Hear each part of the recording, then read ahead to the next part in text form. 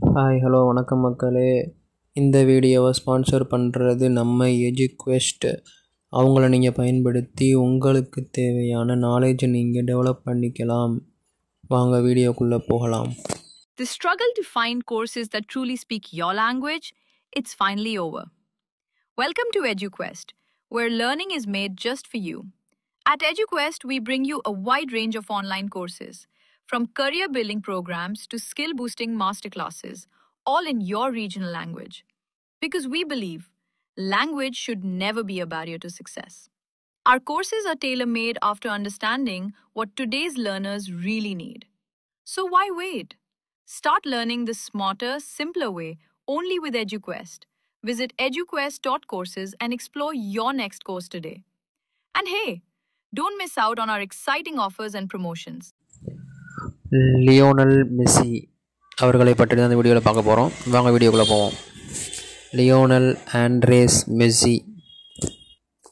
Messi June 24, 1987 அன்று சாண்டாஃபே மாகாணத்தில் ரோசரியோவில் பிறந்தார். எஃகு தொழிற்சாலை மேலாளரான ஜார்ஜ் மெஸ்ஸிக்கும் காந்தா உற்பத்தி பட்டறையில் பணிபுரிந்த அவரது மனைவி செலியா குசிட்டினுக்கும் 4 குழந்தைகளில் 3வது குழந்தையாக அவர் பிறந்தார். அவரது தந்தையின் பக்கத்தில் அவர் இத்தாலிய மற்றும் ஸ்பானிஷ் வம்சாவளியை சேர்ந்தவர். இத்தாலியின் வடக்கு மத்திய அட்ரியாட்டிக் மார்ச்சே பகுதியிலிருந்து குடியேறியவர்களின் கொள்ளுப்பேரன் மற்றும் அவரது தாயின் பக்கத்தில் அவர் முதன்மையாக இத்தாலிய வம்சாவளியா உள்ளது. ஒரு இறுக்கமான கால்பந்து நேசிக்கும் குடும்பத்தில் வளர்ந்த லியோ சிறு வயதிலேயே விளையாட்டின் மீது ஒரு ஆர்வத்தை வளர்த்து கொண்டார். தனது மூத்த சகோதரரான ரோட்ரிகோ மற்றும் மத்தியாஸ் மற்றும் அவரது உறவினர்களான மாக்சிலியானோ மற்றும் இமானுவேல் பியான்குச்சி ஆகியோருடன் தொடர்ந்து விளையாடினார். அவர்கள் இருவரும் தொழில்முறை கால்பந்து வீரர்களாக மாறினர். 4 வயதில் அவர் உள்ளூர் கிளப்பான கிராண்ட்லோவில் சேர்ந்தார்.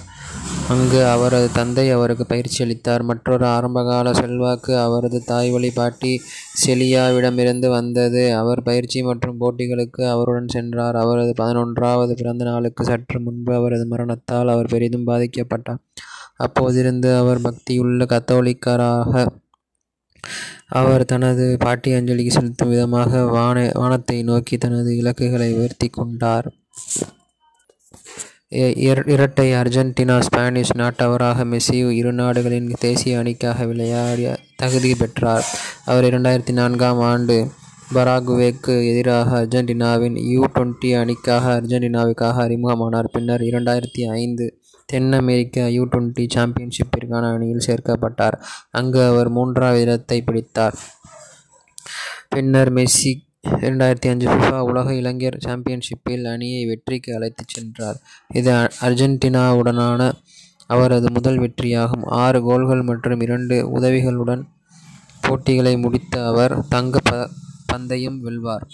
2005ஆம் ஆண்டு தனது 18 வயதில் ஹங்கேரிக்கு எதிரான நட்பு ஆட்டத்தில் மெஸ்ஸி சீனியர் தேசிய அணியில் அறிமுகமானார்.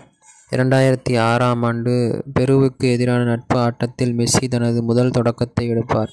மேலும் குரோஷியாவுக்கு எதிரான நட்பு ஆட்டத்தில் தனது முதல் சர்வதேச கோலை அடிப்பார். 2006 ஃபிஃபா உலகக்கோப்பையில் செர்பியா மற்றும் மாண்டினீக்ரோவுக்கு எதிரான 74வது நிமிடத்தில் மாற்று வீரராக விளையாடினார். இப்படி பல போட்டிகளில் தன்னுடைய திறமையை காட்டி தன் அணிக்கு பல கோல்களை அடித்து வெற்றி வாய்ப்பை சூடிக் கொடுத்த மெஸ்ஸி உலகம் போற்றும் ஒரு தலைசிறந்த கால்பந்து வீரர் ஆவார். இதுவே இவரது வரலாறாகும். நன்றி, வணக்கம்.